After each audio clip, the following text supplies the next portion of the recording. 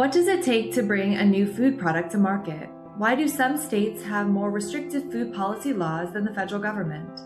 How does all this fit together? Today, we're looking behind the scenes of food policy development with agricultural policy expert Greg Jaffe.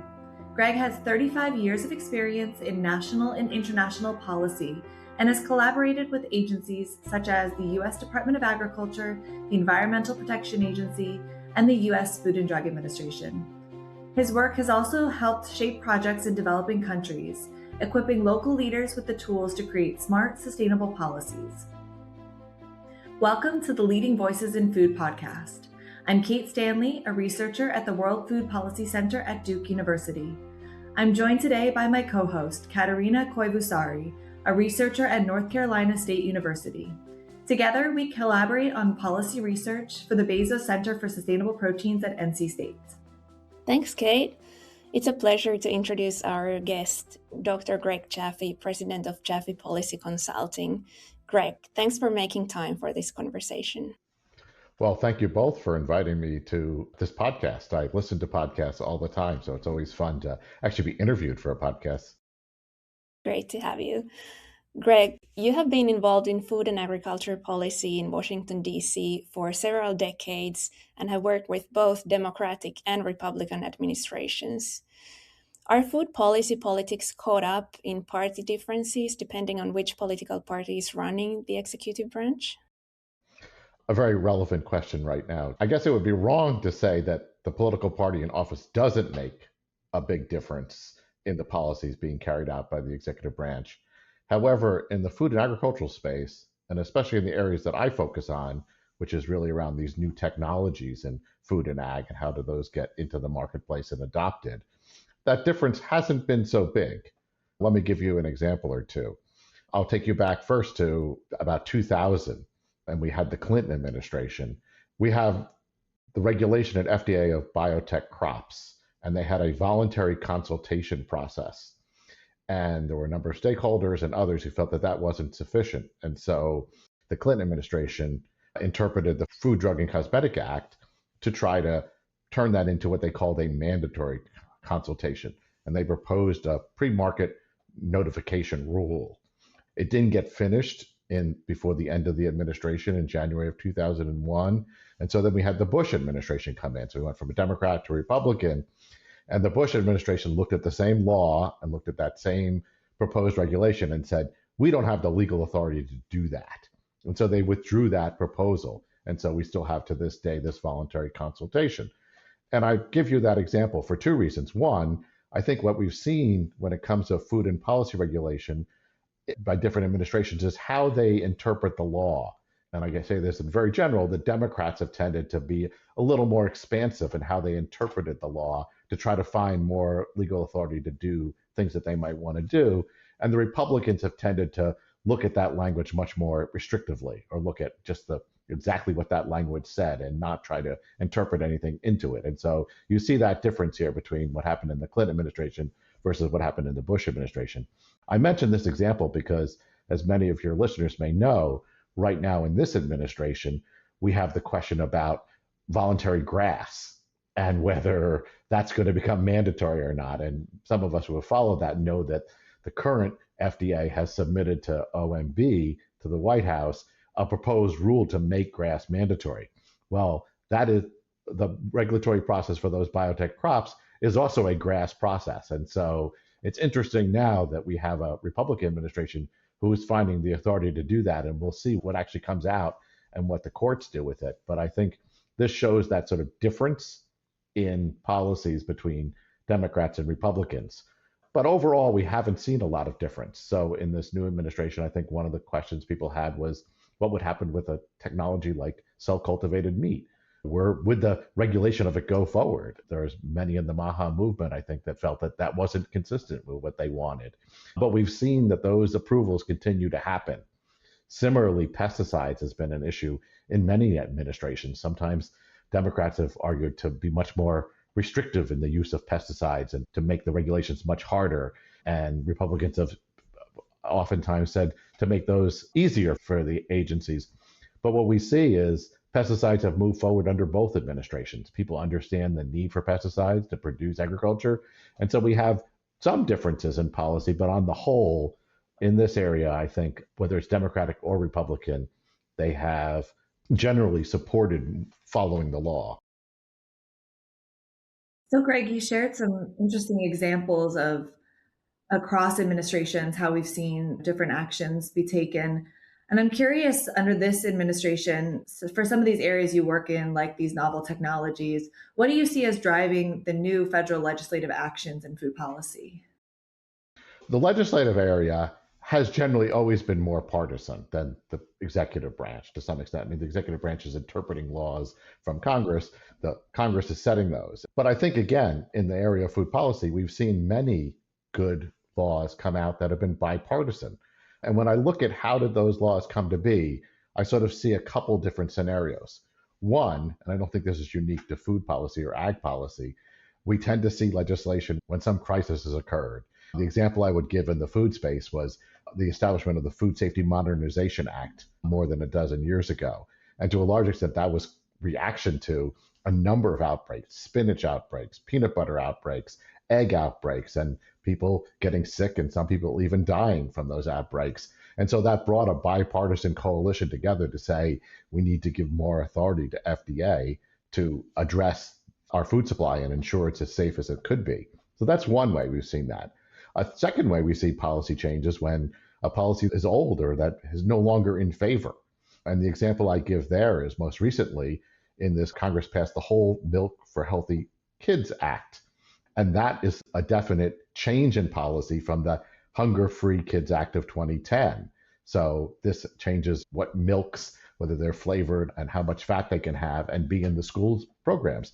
And I think in both cases, those bills were relatively partisan at the time, and yet they do opposite things. So that would be another reason that we see changes in laws. But the third way, and I wanted to focus a little more on this, is one way the federal government gets involved and Congress gets involved is when states start regulating an area and we start getting different standards. And then there's a push at the national level to have some sort of uniformity, some sort of have national standard for markets to work properly, for efficiency's sake, and so forth. And I can give several different examples. We can go all the way back to the National Organic Law that was passed back in 1990. You had a number of states who had defined organic. They had different organic labels. And so Congress came together and said, hey, let's set up a national organic standard. We had the same thing happen with the National Bioengineered Disclosure Law that I think happened around 2017 or 2016, in which case you had a number of states proposing legislation. You had Vermont that had passed legislation requiring mandatory labeling of genetically engineered ingredients. And in fact, the law that was passed by Congress was passed, I think, within a week or two of when the Vermont law was about to go into effect. And people felt it was better to come together and have a national standard than have different states doing different things, because the reality is consumers and manufacturers don't just purchase things in one state or produce things for one state. They produce it for the nation. We're a nationwide market. And then we see even those kinds of things happening today. And I go back to the pesticide area as another example. We've had different states having pesticide laws or regulations that have been different than the federal situation. We have a Supreme Court case now that the Supreme Court is going to hear in April of this year about whether those state regulations are preempted by the federal law. But Congress in the Farm Bill has also put in language that would ensure that the federal standard is the standard that is applied, not having multiple different state standards. So that's been a way that we've seen a lot of things happen in this food and ag space. So we've seen a lot of food policy action at the state level in the past few years. Katariina and I were on this podcast not long ago talking about state legislation aiming to restrict how cell-cultivated meat products are labeled or even banning those products altogether. We've seen action in a variety of other areas as well. Are there issues that states have started regulating where you think we could see federal action in the near future? I do. I think that the MAHA movement in particular has really set up a situation where we see states taking the lead on a number of issues, and we'll see whether the federal government decides to come in, and particularly Congress, to address those at a national level.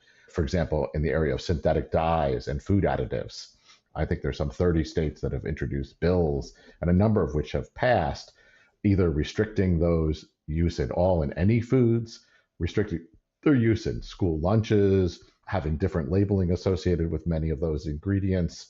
And we've seen some of those laws pass, and we've already seen some court cases, a court case in West Virginia, which said that those laws are preempted by federal law. And so one could envision either something at FDA or in Congress that would set some uniform standard for how this moves forward federally. You mentioned cell cultivated meat, and the three of us were involved in a paper that looked at the state regulation in that area, especially around labeling. And again, if we don't have a lot of those products on the market yet, but as those products get closer and get on the market, I could definitely see a push again to have some uniform labeling, either again from the federal executive branch or from the legislative branch.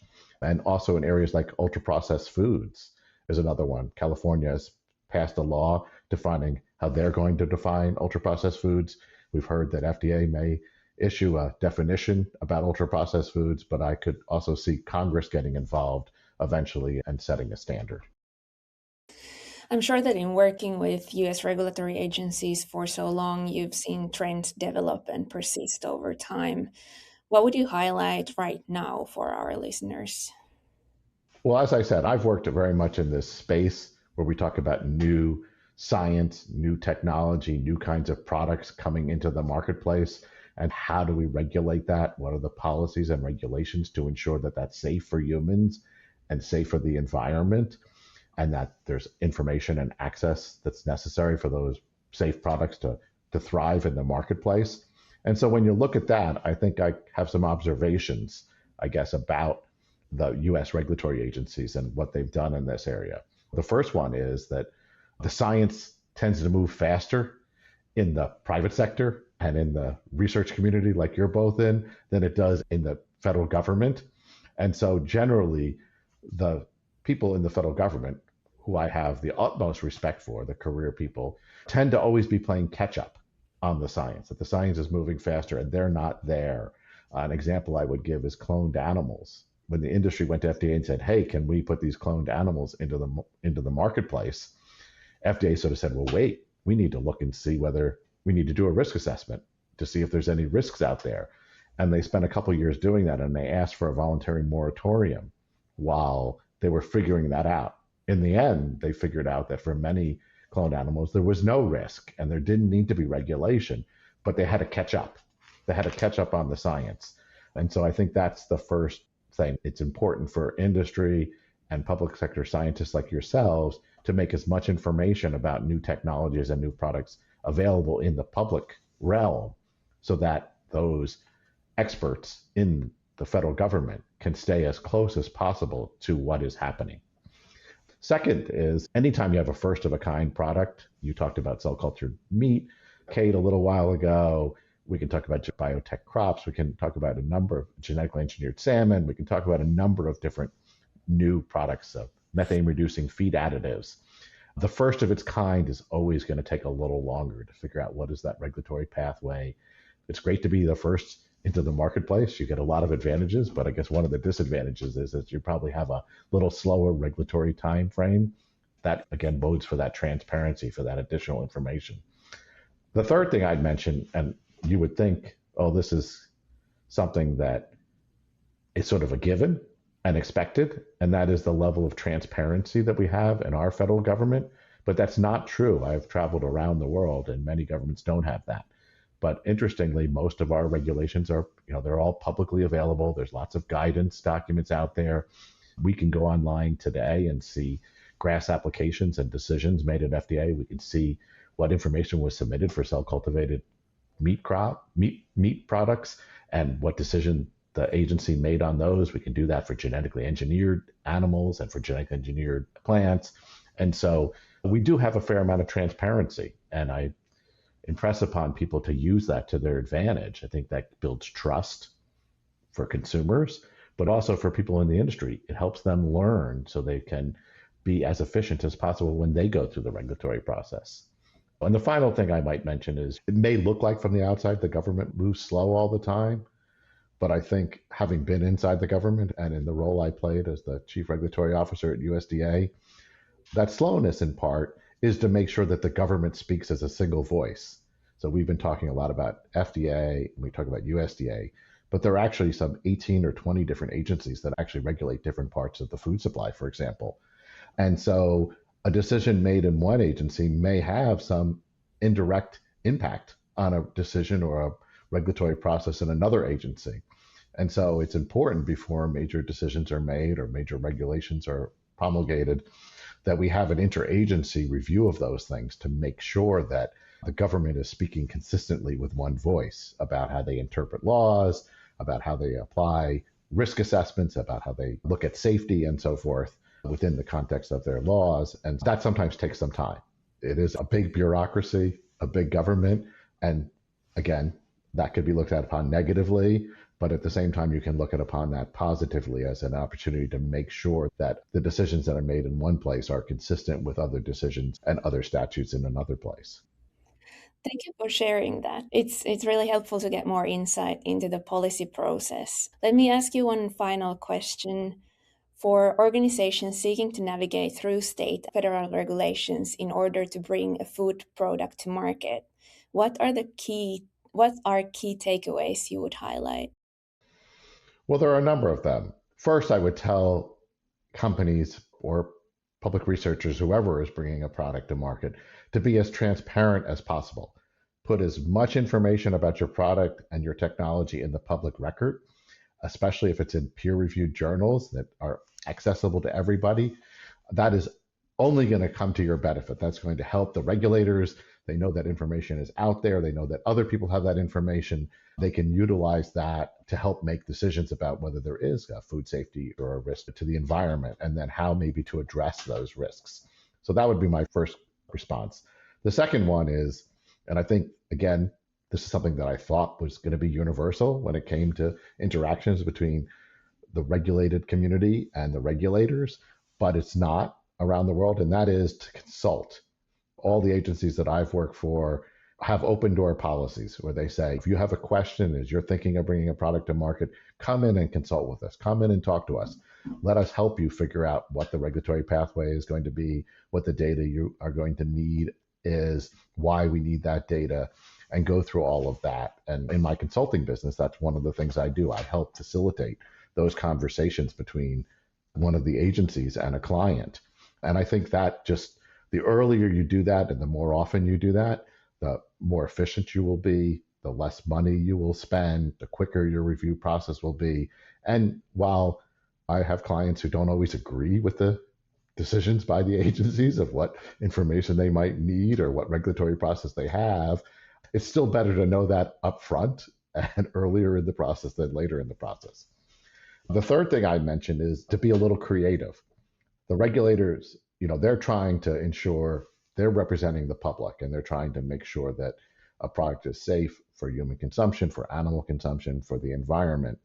They don't always have all the answers, and sometimes they are fitting square pegs into round holes because new technologies come along that aren't exactly a perfect fit. But be creative. Try to help them. I think, sometimes working with people like myself or others to help think about what would be a good regulatory pathway. What are the potential risks that really need to be addressed here? That can be really helpful. The fourth thing is, that the devil is always in the details. The details and the science matter, and that is something that is very important. And so we want to look for analogies of your product or your technology to other ones that have happened in the past, and that's always good, but also understand the differences. And so really, I think sometimes people think, oh, they don't need to engage with the regulators as much about exactly what I'm doing, or they don't need to know all those details. Those details actually do matter, and I do think those are important. And then I would finally say that, it does take time, especially when we're talking about new technologies and new products, to figure out what that regulatory process will be. And we don't have neat situations. Our laws are written a long time ago. We don't want to write a new law for every new kind of product or every new kind of technology. I'm not sure that's the most efficient way to do it. But by not doing that, we're sometimes, as I mentioned earlier, fitting square pegs into round holes. We have a law, for example, the Food, Drug, and Cosmetic Act dealt with food, but it never envisioned genetically engineered crops. It doesn't talk about biotechnology. We have a meat law that regulates meat at USDA, didn't think about cell-cultivated meat. And so we have to think about how those fit together. And sometimes we can do that without the new laws, and sometimes you need new laws. When I was at USDA, we worked on methane-reducing feed additives. FDA regulates them, but they really don't fit very well. They're not a drug, but they're also not a feed because they don't have a nutritional benefit. And so how do we fit those into the regulatory system? So FDA's come up with a temporary regulatory pathway, but there's also a bill in Congress to set up a more definitive regulatory pathway. And so we see that for some of these new technologies that we might see some legislation. And then the final point I would just make is to temper everybody's view that a compromise is essential. In this area, no one company or no one stakeholder gets everything they want. Governing and the government's job is to figure out what's the appropriate balance. They want to ensure safety, but they also want to make sure that safe products can get to market and that consumers can get to take advantage of those products and we can get the benefits from those products. And so all of this is always a balancing. There will always have to be some sort of compromise. And I'm not saying that's a bad thing, just pointing it out as something that people should be conscious of. I feel like that's a great closing sentence. Compromise is essential. Greg, thank you so much for doing this interview today. We really appreciate the experience and perspectives you shared with us. Well, thank you both. It's been enjoyable to do it. So our guest today is Greg Jaffe, president of Jaffe Policy Consulting. Thank you to our listeners and a shout out to our amazing producer, Deborah Hill. This is Kate Stanley and Katariina Koivusaari.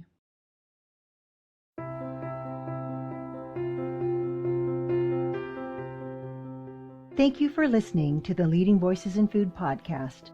This program is an educational series produced by Duke University's World Food Policy Center with the goal of promoting productive conversation for food systems change. If you would like to subscribe, you can find it on Apple Podcasts, YouTube Music, or your favorite podcast app. Transcripts are also available on the website of the Duke World Food Policy Center.